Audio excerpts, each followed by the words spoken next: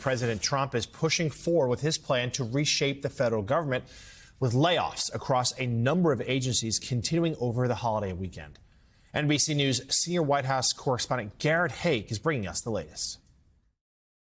Donald Trump and Elon Musk's wrecking ball style overhaul of the federal government, which has already terminated thousands of jobs, added an agency head this weekend when the acting commissioner of the Social Security Administration resigned. According to two sources, career official Michelle King stepping down after a clash with staffers from Elon Musk's Department of Government Efficiency over access to sensitive government records. They suspect that there are tens of millions of deceased people who are receiving fraudulent Social Security payments. The resignation comes as the fallout continues from a DOJ-affiliated IRS staffer's expected access to that agency's computer systems containing taxpayers' personal information. The White House defending that move on Monday. We are restoring security controls at IRS. It all comes as President's Day became a day of protest against the president and Musk in cities nationwide. I think the person who currently occupies the White House has no business being there and is making a chaotic mess of our country. NBC News learning the administration is preparing to fire hundreds of high-level Homeland Security employees this week who are deemed not to be in line with the administration's goals. And the FAA's layoffs of some 400 probationary employees this weekend, drawing protests from the workers' union. These are the folks that make everything happen. So the rest of us that are engaged in aviation safety can make sure that all of that is happening. The agency says it continues to hire and onboard air traffic controllers and has retained employees who perform critical safety functions. Kate Sandlin moved from Alabama to Maryland in January to take a job as an education outreach specialist with the National Institutes of Health. On Saturday, she became one of at least 1,000 employees there to be fired. I have no idea how I'm going to recover from this. That was Garrett Haake reporting. And Mara, I mean, it is, the tech ethos has been to sort of move fast, break things. And if you have to, you go back and try to repair it afterwards. But this is very different. The scope of this, the federal government, these are people's lives, and these are also key services and government functions that impact everyone, whether you live in a red state or a blue state. And it's certainly, there's a rising sense from Democrats and everyday citizens that what Musk and team are doing in no way is this making the country safer. Well, first of all, there is a pretty good legal case that Elon Musk should not even have access to be carrying out this purge that he is. And secondly, I would say that we have zero transparency, really, into how this is being done.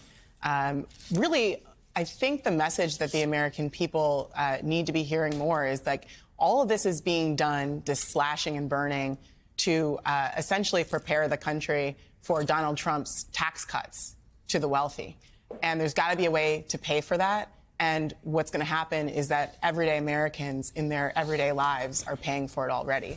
We're seeing it in government services that are going to suffer already. We've been seeing that the FAA is really not up to the mark at the moment. They're being gutted. Medicaid, Medicare, every part of the government that touches Americans' lives is about to be impacted. And it's not clear yet that there's a broad realization of this outside of Washington, D.C. But it's coming. And I think that's one of the questions that I have just as a journalist right now is, do everyday Americans in the rest of the country understand that this is going to impact their lives in ways they can't even imagine yet? That's part of our job, is to explain that this is not just about government workers in Washington. This is about the IRS. This is about people's tax returns. This is about people's Social Security. Nothing is secure right now, and the government is not being remade to be efficient. This is an effort to destroy it. And I think that is the core message that Democrats need to be explaining every day in great detail. This is not an effort to make things more efficient.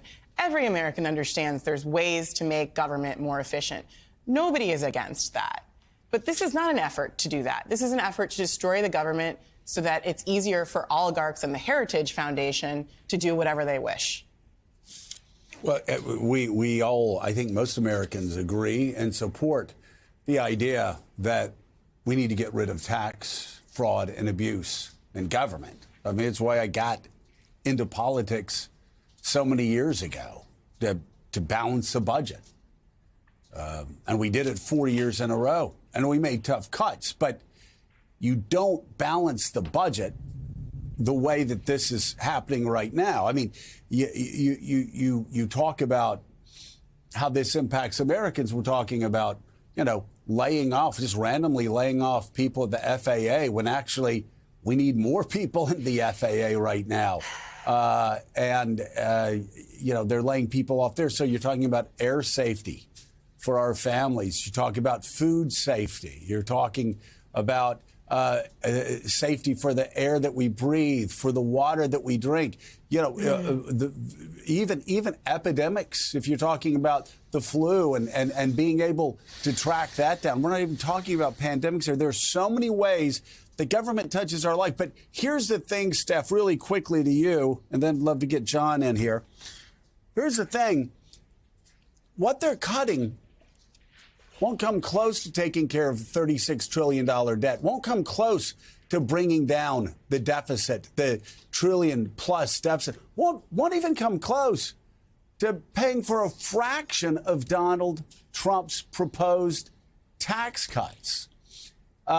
So, again, it's high risk and low reward because it will not pay for anything substantial because, as I say all the time, defense spending, Medicare, Medicaid, Social Security, interest on the debt, that's 85% of the budget right there. And that's what's driving the national debt.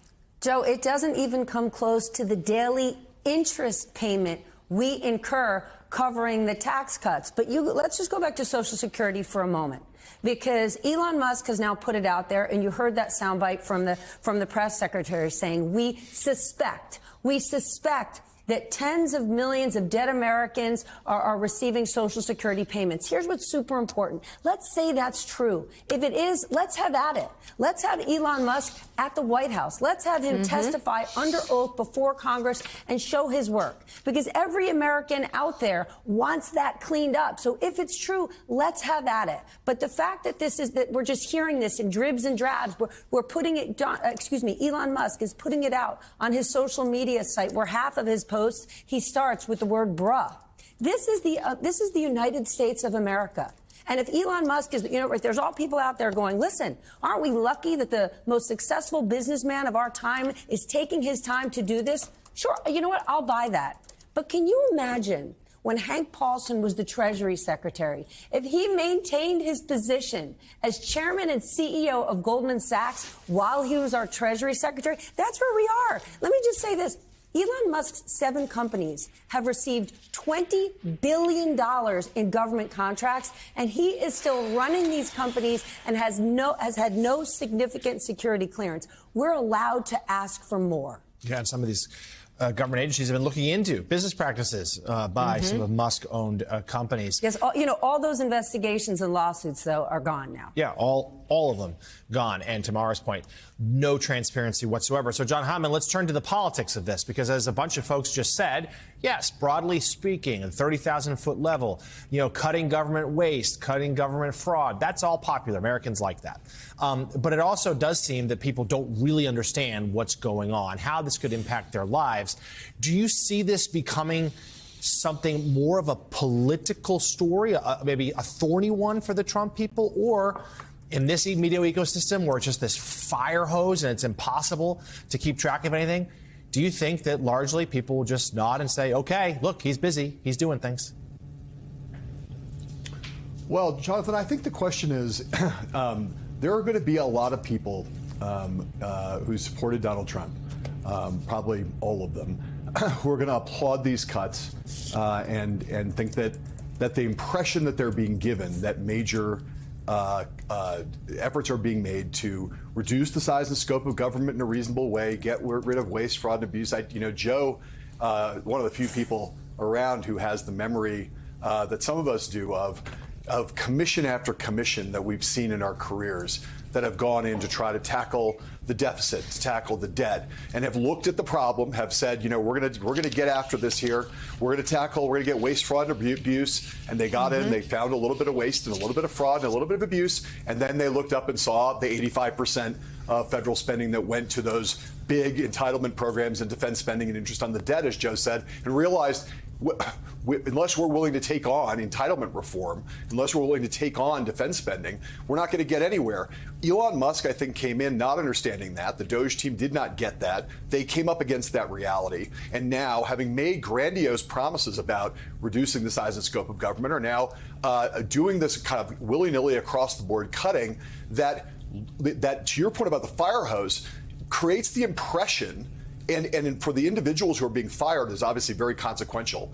But the overall size and scope of government, even with the things they're doing right now, is not going to be reduced very much. And certainly the spending's not. So I think that there's a lot of people who are going to think these headlines constitute progress. And I think there are a lot of people who oppose Donald Trump from the very beginning, who are going to think this is a disaster. And I think the question in the middle is for those people who do some of these cuts start to impact people in their daily lives in a tangible way? And, I'll just say, of all of the headlines I've seen so far of the entire Trump 2.0 period, the NBC News headline over the weekend about the nuclear safety cuts is truly one of the greatest headlines, one of the most appalling and hilarious, in a way, Onion-style headline. Trump administration wants to unfire nuclear safety workers but can't figure out how to reach them.